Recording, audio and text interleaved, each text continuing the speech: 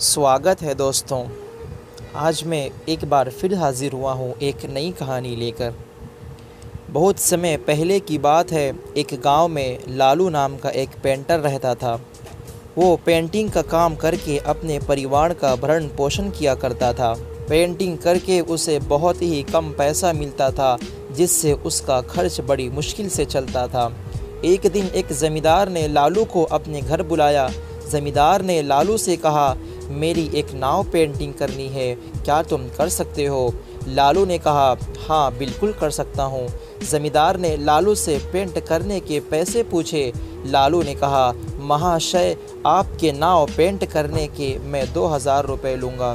ज़मींदार ने कहा, ठीक है, और उसने अपनी नाव लालू को दिखाई। लालू अपने घर गया और घर से पेंट लाकर उस नाव को पेंट करने चला गया।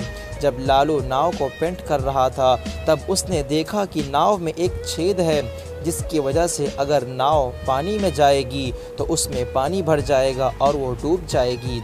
लालू ने उस नाव के छेद को भी ठीक करके उसे पूरी तरह पेंट कर दिया। अगले दिन लालू ज़मींदार से पैसे लेने गया तो ज़मींदार के नौकर ने लालू से कहा, अभी मालिक किसी काम से बाहर गए हैं, तुम कल आकर पैसे ले लेना। ज़मींदार जब शाम को अपने घर आया तो अपने नौकर से अपनी पत्नी और बच्चों के बारे में पूछा।